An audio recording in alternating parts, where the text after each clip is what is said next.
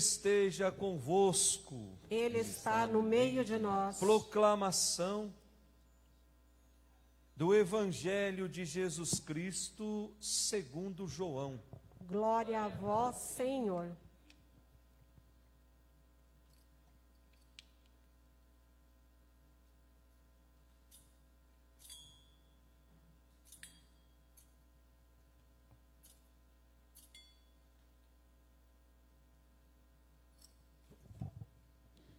Naquele tempo, Pilatos chamou Jesus e perguntou-lhe: Tu és o rei dos judeus?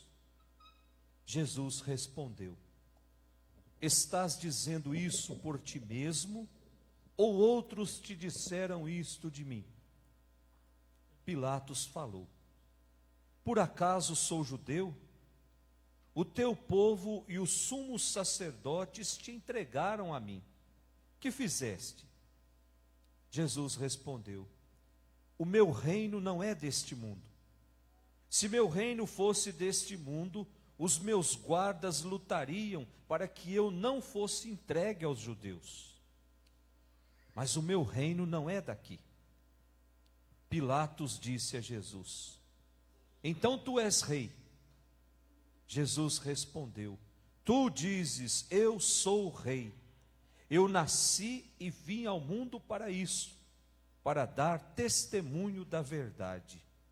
Todo aquele que é da verdade, escuta a minha voz. Palavra da salvação. Glória a vós, Senhor.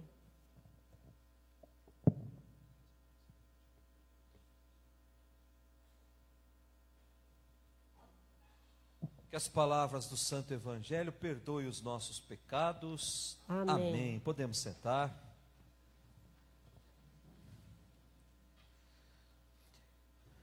Queridos irmãos, caríssimos irmãos que nos acompanham ao vivo pelas redes sociais, nós estamos hoje celebrando uma solenidade, o coroamento de um ano inteiro. E nessa solenidade, nós somos convidados a dizer para o mundo inteiro que Cristo é Rei. Mas primeiro eu preciso me convencer dessa certeza. Então, Ele primeiro precisa reinar dentro do meu coração, para que eu possa dizer para o outro: olha, Cristo reina, Cristo vive, Cristo impera. Então, depois que nós, durante um ano inteiro, o ano litúrgico, nós, no tempo comum, nós meditamos a palavra, nós colocamos em prática a palavra nos convidava a uma mudança de vida, a uma mudança radical no nosso comportamento, no nosso jeito de relacionar com as pessoas, em que a palavra nos convidava a deixar para trás uma vida de pecado e abraçar essa vida da graça. Agora não tem mais para onde correr. Agora é hora de dizer: eu quero essa vida. Por isso Cristo, Ele é o Rei da minha vida. Por isso Cristo é o Rei da minha família, é o Rei do universo. Mas Cristo é um Rei cujo reinado nós não conseguimos explicar a partir da lógica humana. Como é que nós vamos explicar o reinado de um homem que foi pendurado numa cruz? Como é que nós vamos ensinar para as nossas crianças que um homem ensanguentado numa cruz, com uma coroa de espinhos na cabeça, maldito, porque o livro do Deuteronômio fala que todo aquele que é pregado numa cruz é o maldito. Como é que nós vamos colocar isso para as nossas crianças? Como é que esse Cristo vai reinar? Então nós vamos compreender que, a partir da lógica humana, nós não conseguimos explicar o reinado de Cristo. Porque rei nesse mundo é rei que governa a partir da sua autoridade, e quando não tem autoridade, ele usa de argumentos ou até mesmo da força bélica para fazer valer os seus direitos. E Cristo vem governar, vem reinar a partir de duas palavras. No Evangelho nós encontramos: a partir do amor e da verdade. Somente quem é da verdade é capaz de escutar a voz do Rei. primeira leitura que nós ouvimos, gente, lá no número 6 do nosso folheto, foi tirada do livro das profecias de Daniel, portanto, Antigo Testamento. Domingo passado nós vimos como é que essa leitura apareceu. Só para a gente não perder, porque a gente precisa entrar no contexto histórico para a gente entender por que é que foi escrito dessa forma. Daqui a 1000 anos, alguém vai querer saber o que estava acontecendo no Brasil, para que a gente possa entender o que alguém escreveu e alguém encontrou ali. Então, essa primeira leitura, ela foi escrita mais ou menos 330 anos antes de Cristo. Portanto, faltava 330 anos para Jesus nascer, e essa leitura já existia. E essa leitura foi escrita da seguinte forma: no ano 333, nós já estudamos isso domingo passado, Alexandre, ele começou a difundir a ideia, o imperador Alexandre, a difundir a ideia de que o mundo era uma só comunidade, e essa comunidade, ela era regida pelas leis divinas. Olha só que coisa bonita. O mundo era uma só família, e o que orientava essa família era Deus. Só que aí, esse imperador, ele morre, Alexandre morre no ano 325 antes de Cristo. E quando ele morre, onde ele governava, que era a Palestina, onde Jesus iria viver 300 anos depois, esse território, ele começa a ser disputado por dois povos, os egípcios, e depois pelo povo Ptolomeu, e os Seleucidas pelo povo da Síria. E começou a disputa desse terreno, e os gregos conseguiram levar, os sírios levaram a maior parte. E aí, nesse tempo em que os sírios, os Seleucidas, governavam a Palestina, o que é que eles fizeram? Queriam apagar tudo aquilo que Alexandre tinha difundido. A partir de hoje, não é só um Deus, pode adorar quantos deuses quiser. A partir de hoje, vocês são obrigados a fazer opção pela nossa cultura. É a nossa cultura a melhor cultura do mundo. Então não precisa ficar preso às suas tradições, aos seus valores. Agora é o helenismo que vai imperar. O que foi o helenismo? Isso é aula de história lá do colégio. O que foi o helenismo, senão essa tentativa de apresentar a cultura grega como a melhor cultura do mundo? Então o povo ficou perdido e se dividiu em 3 grupos. Um grupo aceitou com naturalidade, porque era um grupo de pessoas idosas, não queria brigar com ninguém, então aceitou e foi deixando para trás a sua religião, deixando para trás os seus valores, deixando para trás a sua cultura. Teve um grupo que não aceitou de forma alguma, e aí partiu para o confronto armado. Nós vamos defender a nossa fé, os nossos valores, mesmo que precisa ser de forma armada. Que foi a revolta de Macabeus, Judas Macabeu, que nós lemos, o livro de Macabeus explica toda essa revolta. Nós lemos ao longo de toda essa semana. E um terceiro grupo, que não queria aceitar, mas também era contra a violência, resolveu fazer um caminho inverso. Nós vamos conseguir vencer a partir do convencimento das pessoas, através daquilo que nós estamos escrevendo. E aí tem o livro de Daniel. O livro de Daniel foi escrito nesse contexto. O autor do livro, ele não aceitava essa nova forma, essa nova cultura, mas também não queria violência. Então ele escreve e vai mandando as cartas para convencer as pessoas, mesmo diante da perseguição, não desanimar nunca, porque nós temos um Deus que está caminhando conosco. Nós temos um Deus que vai pelas estradas da vida conosco. E aí o capítulo 7 do livro de Daniel fala da visão do aparecimento do Filho do Homem, que vem sobre as nuvens, portanto vem de Deus, pertence ao mundo de Deus. E esse Filho do Homem recebeu de Deus um reino, versículo 14. Portanto, o reino é de caráter universal. Então, com esse texto, o autor do livro está querendo dizer que está para chegar um tempo em que Deus vai eliminar toda a maldade, que Deus vai eliminar toda a violência, em que Deus vai implantar a paz. Olha só que coisa bonita, gente.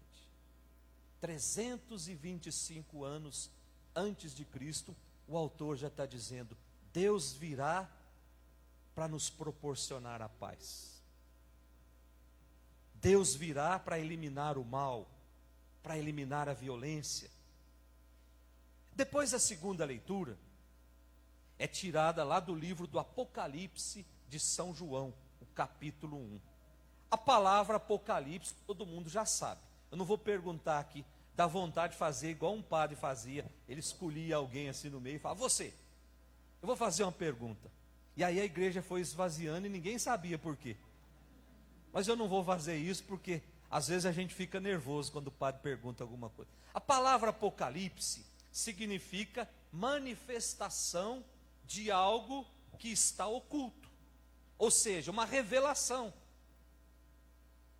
E o livro do Apocalipse foi escrito 95 anos depois de Cristo. Então, depois que Jesus foi pregado na cruz, ainda 95 anos depois que resolveram escrever. Por que demorou tanto tempo para escrever, gente?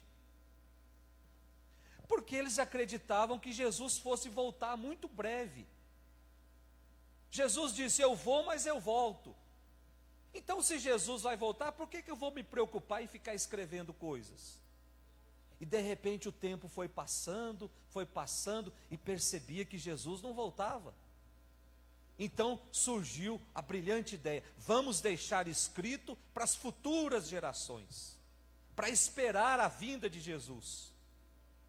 Porque nós temos que ter muito claro na nossa cabeça, gente, que o tempo em Deus é diferente do nosso tempo. O nosso tempo, como é que nós medimos ele? Pelo relógio. Por isso, a tradução de tempo é cronos, de cronômetro. Então, o cronômetro faz com que o relógio funcione. Então, é o tempo nosso.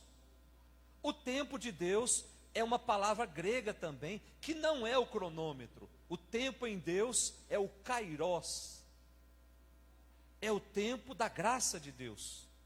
Então não pense que Deus está lá no céu com um relógio bem grande. Daqui 5 minutos eu vou chamar fulano aqui para o céu. Daqui 10 minutos eu vou enviar alguma coisa lá na terra. O tempo em Deus não é no relógio. É o tempo dele. Ele é Deus, ele sabe tudo. Nós é que muitas vezes achamos que o tempo de Deus é demorado. E aí o Salmo vem dizer: 1000 anos para Deus são como ontem. Qual vigília de uma noite que passou. Então o tempo para Deus, ele não é medido no relógio. Então começou a demorar, aí começou a escrever o livro do Apocalipse. E como todos os outros livros. E aí ele começa o livro atribuindo 3 títulos a Jesus. Pode pegar a segunda leitura aí e veja os 3 títulos. Primeiro ele vem dizer que Jesus é o testemunho fiel, que Jesus é o primeiro a ressuscitar, que Jesus é o soberano dos reis da terra. Olha, 3 títulos que João dá para Jesus. Ele é o testemunho fiel, porque gastou a sua vida semeando o amor, porque entregou a sua vida por amor, até a morte. Ele é o primeiro a ressuscitar, porque foi o primeiro que venceu a morte, porque foi o primeiro que venceu o pecado.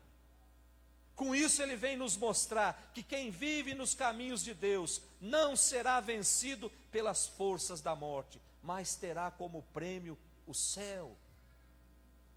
Para dizer que vale a pena seguir o caminho de Deus. No final dessa caminhada nós vamos encontrar o céu, nós não vamos encontrar prêmios desse mundo, nós vamos encontrar a vida eterna, que é o melhor prêmio que nós poderíamos ganhar. E depois ele é o soberano dos reis da terra, porque inaugurou uma nova forma de ser reino novo.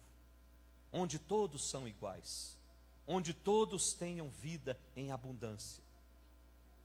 Nesse reino de Jesus, ninguém é melhor do que ninguém. Nesse reino de Jesus, nós vamos medir a importância nossa nesse reinado a partir da nossa experiência de amor. Então, quanto mais eu amo, mais importante eu sou nesse reino de Deus. Quanto mais eu me dou pelo outro, quanto mais o meu coração é generoso para com o outro, mais perto desse rei eu estou. Portanto, é um reino diferente dos moldes desse mundo. É um reino que se dá pelo amor. É um reino que se dá pela justiça. E aí ele termina, ele é o primeiro, ele é o fim, ele é o alfa, ele é o ômega. Alfa e ômega são duas letras do alfabeto grego, o começo e o fim. É como se fosse o A e o Z do nosso alfabeto. Ele é o princípio, ele é o fim. Em Jesus começa tudo, em Jesus termina tudo. Portanto, nós somos convidados a fazer de Jesus o centro da nossa vida. E por fim a gente olha rapidamente o nosso evangelho de hoje. Quando as crianças começam a dar sinal, é porque o padre tem que parar. Elas começam a ficar com fome, daqui a pouco está na hora da mamadeira das crianças. O capítulo 8, ou melhor, o capítulo 18 do evangelho de São João, que nós acabamos de ler, nos mostra uma cena muito dramática. Eu não sei se vocês perceberam. Jesus, ele assume a sua condição de rei diante de uma autoridade. Esse evangelho foi escrito quando Jesus estava sendo condenado a ser pregado na cruz. Então levaram Jesus até Pilatos, e Pilatos pergunta: você é rei? E Jesus responde de uma forma muito elegante. Como é que Jesus responde, gente? A gente pode olhar aí no nosso evangelho de hoje. Quando Pilatos pergunta: tu és o rei dos judeus? O que é que Jesus responde? Você está dizendo isso por si mesmo, ou foram outros que te disseram ao meu respeito? O que Jesus está querendo dizer foi alguém que veio fazer fofoca aqui para você? Só que ele foi muito elegante, né? Foi outros que disseram a meu respeito. No entanto, essa cena, ela vem nos revelar a realeza de Jesus, que não é uma realeza que compactua com os esquemas de poder, com os esquemas de autoridade, de violência, nos moldes dos reis desse mundo. A missão de Jesus é o quê? Lá no finalzinho, é dar testemunho da verdade, é viver uma vida concretizada no amor, no serviço, no perdão. Veio para dar testemunho da verdade. A verdade, portanto, ela é uma realidade que vem de Deus. E essa verdade, ela se manifesta nos gestos de Jesus.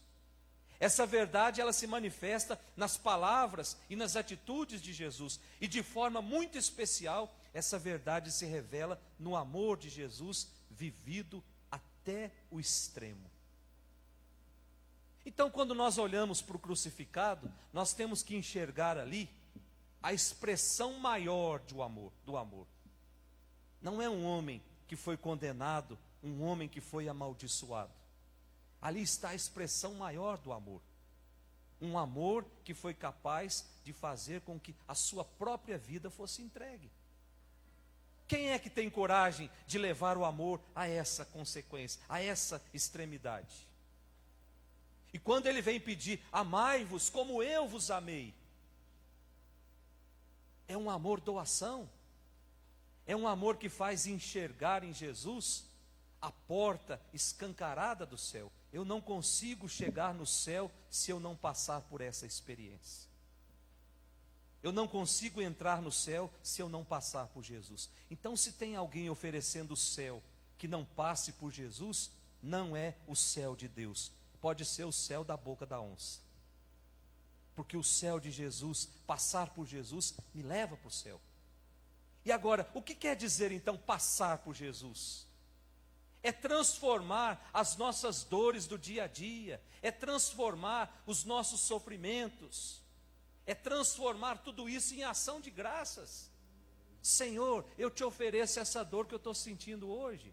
Senhor, eu te ofereço esse sofrimento, essa doença, eu coloco nas tuas mãos, eu ofereço essa doença, que o meu corpo padeça com essa doença, mas que a minha alma não seja corrompida. E aí nós vamos nos tornando merecedores do céu. Quem quer me seguir, tome a sua cruz. Cruz é sinônimo de sofrimento. Então Jesus está dizendo, pegue os seus sofrimentos e venha atrás de mim. E é essa certeza que deve alimentar os nossos corações quando a gente diz para o mundo inteiro que Cristo é rei. Se Ele é rei, então Ele precisa reinar. Que Ele comece o seu reinado dentro do meu coração. Louvado seja nosso Senhor Jesus Cristo.